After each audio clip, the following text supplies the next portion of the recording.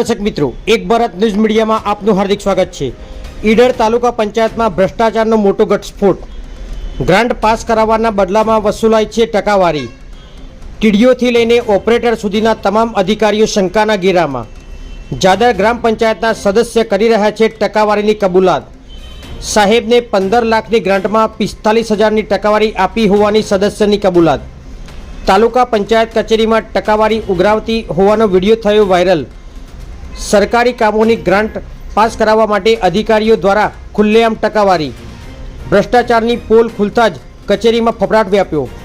વિસ્તરણ અધિકારી પ્રદીપ અંસારીએ આક્ષેપો મુદ્દે મૌન સેવ્યું। તાલુકા પંચાયત કચેરીમાં ચાલતા આ ટકાવારી પ્રથાના પુરાવા સામે આવતા લોકોમાં ભારે રોષ વ્યાપ્યો। ઈડર તાલુકા પંચાયતમાં ટકાવારી મામલે વિડીયો વાયરલ થતા ખળભળાટ। સાહેબો ટકાવારીમાં મસ્ત અને પ્રજા વિકાસના કામો માટે લાઈનોમાં લાગી। બ્યુરો રિપોર્ટ વિશાલ ચૌહાણ, સાબરકાંઠા।